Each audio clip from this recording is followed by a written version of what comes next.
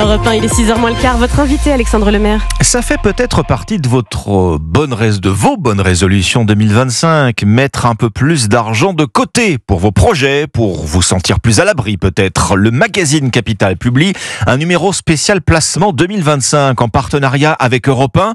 Comment gagner à tous les coups? Un programme alléchant. C'est ce que nous allons voir maintenant justement avec mon invité. Bonjour Mireille Van Berg. Bonjour Alexandre. Vous êtes rédactrice en chef adjointe du magazine Capital. Vous avez piloté ce numéro placement 2025 très complet. Vraiment, c'est un guide indispensable pour optimiser son épargne et dont Europe 1 est partenaire. Les produits d'épargne et la bourse, l'or et les crypto-monnaies, on va voir tout ça. Première question d'abord, Mireille Van Berg. Notre pays traverse une période d'instabilité politique. Est-ce que ça plombe la rentabilité de l'épargne des Français ? Non, ça plombe qu'une toute petite partie à ce stade. L'instabilité politique, elle impacte d'abord l'économie française, et quand on dit ça, ça impacte surtout le moteur de l'économie française, en clair, les entreprises françaises. Quand elles n'ont pas de visibilité, ces entreprises, elles souffrent, et quand elles souffrent, elles sont aussi malmenées en bourse. C'est aussi bête que ça. Donc quand on regarde la bourse de Paris, si vous voulez, elle a commencé l'année 2024 de manière spectaculaire. Elle a battu 2 records, c'était formidable. Et puis tout à coup, patatras, le 9 juin arrive, dissolution de l'Assemblée nationale, et depuis lors, ça n'a fait que baisser. La Bourse de Paris, donc le CAC 40, l'indice principal de la Bourse de Paris qui réunit les 40 plus grosses entreprises françaises, donc c'est la moyenne de leur performance. Cet indice, il ressort au final, en fin d'année, à moins 2,15%. C'est le plus mauvais résultat en Europe et sur les principales places mondiales. C'est pas lié seulement à l'instabilité politique, mais c'en est une grande partie. Donc, pour les placements, qu'est-ce que ça veut dire? Les gens qui ont acheté des actions françaises, est-ce qu'il faut s'en débarrasser? Non, bien sûr que non. Mais en revanche, il faut diversifier. Il faut aller chercher ailleurs si on aime les actions. Il faut regarder en Europe et il faut regarder surtout aux États-Unis, parce que l'année prochaine, d'après les stratégistes, etc., c'est aux États-Unis que les entreprises vont le plus croître.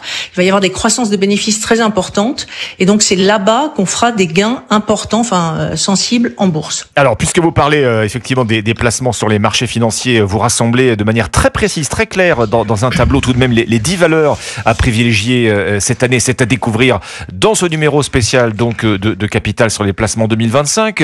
Mireille Van Berg, si l'on parle instabilité politique, il y a un autre secteur qui est très sensible et touché, c'est le marché immobilier que vous abordez bien sûr, les placements immobiliers. Est-ce que ça vaut le coup cette année d'investir dans la pierre? Investir, je sais pas, parce qu'il y a encore beaucoup d'incertitudes, notamment au niveau fiscal, puisqu'on n'a pas de loi de finances. Vous savez, le budget a été retoqué, donc on en attend un nouveau. Il y avait pas mal de choses dans ce budget pour les investissements immobiliers. En revanche, pour ce qui est des gens qui veulent acheter leur résidence principale, qui est quand même le premier placement pour la retraite, c'est ça, c'est d'acheter sa résidence principale. Là, ça commence à être intéressant. Pourquoi? Parce que les taux baissent vraiment. En moyenne, sur 20 ans, on est à 3,20%. Quand il y a un an, on était à 4,20%. Ça, qu'est-ce que ça veut dire? En gros, c'est une économie de 20 000 euros pour un prêt de 200 000 euros. Les produits d'épargne, Mireille Van Berg, d'abord, globalement, est-ce que ces produits d'épargne, les livrets A notamment, mais pas que, ont rattrapé l'inflation? Alors, ils sont faits pour protéger les Français de l'inflation. Quand ces dernières années, vous savez, on avait une forte inflation. Là, les taux ont fortement monté. Donc, c'était bien pour les épargnants puisque c'est des placements sans risque. Il n'y a pas de risque, il n'y a pas de frais, il n'y a pas d'impôt, et on peut retirer son argent quand on veut. Donc, c'est formidable. Il y avait le livret A dans cette situation, le livret de développement durable et solidaire, le LDDS, et le LEP, le LEP, le livret d'épargne populaire, qui lui s'adresse aux personnes modestes. Ces 3 livrets-là, les taux ont formidablement monté, mais c'était sous l'effet de l'inflation. Aujourd'hui, l'inflation, elle est jugulée. La Banque Centrale Européenne a réussi à mettre un coup de bâton sur cette inflation qui devrait être pour 2024 autour de 2,4%. Donc, il n'y a plus aucune raison de laisser ces taux aussi hauts pour les livrets. Donc, du coup, à partir du 1er février, le taux du livret A et du LDDS qui était à 3% va descendre à 2,50, et le taux du LEP qui était à 4% va descendre à 3%. Mais même à ces taux-là, Ça protège encore les Français de l'inflation, puisque je vous ai dit, en 2024, l'inflation était 2,4%, mais en 2025, elle va être à 1,6%. Donc ils seront protégés de l'inflation avec ces produits-là. Autre placement préféré des Français, c'est l'assurance vie. Vous y consacrez naturellement tout un chapitre dans ce numéro spécial placement de capital, Mireille Van Berg. Est-ce qu'elle va encore rapporter cette année, l'assurance vie? Oui, elle va rapporter. L'assurance vie, vous savez, c'est 2000 milliards d'épargne déposée, là, au moment où je vous parle. Et sur ces 2000 milliards d'épargne, il y a 70% de ce montant qui est placé par les épargnants sur le fameux fonds garanti en euros. Cette bête-là, qu'est-ce que c'est? C'est un fonds sur lequel vous êtes sûr de ne jamais perdre d'argent. Votre capital, il baisse jamais. Et chaque année, on vous donne des intérêts qui viennent augmenter votre capital. C'est un bon placement. On ne serait pas complet, et de fait, vous l'êtes dans ce numéro, je le redis à nouveau, de Capital sur les placements. Les produits spéculatifs. Alors là, c'est amusant parce que il y a deux stars qui émergent. À la fois, d'un côté, un produit, j'ai envie de dire, millénaire. C'est l'or, les pièces, les lingots, et puis de l'autre le petit nouveau qui monte, mais qui monte en flèche, les crypto-monnaies. Oui. Ouais. Les crypto-monnaies, ça a été vraiment une année record. Le Bitcoin est en hausse de 115% en 2024. Il a dépassé, vous avez dû en parler sur votre antenne, plus de $100 000 le 17 décembre. Enfin, ça, absolument. C'est une success story folle. Le Bitcoin est devenu fréquentable.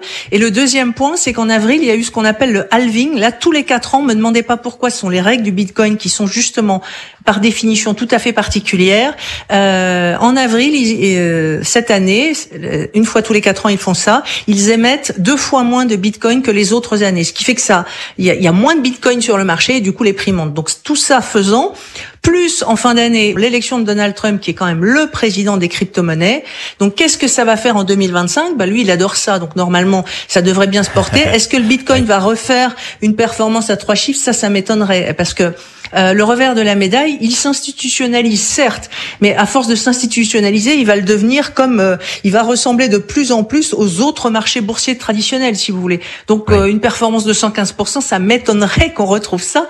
Ça devrait être une performance positive l'année prochaine, mais pas à cette hauteur. Ça devrait se rapprocher de ce que fait le Nasdaq, par exemple, qui est la place boursière des valeurs technologiques américaines et qui ressemble un peu comme ça au Bitcoin. Mais 115%, non, ça devrait plus le faire.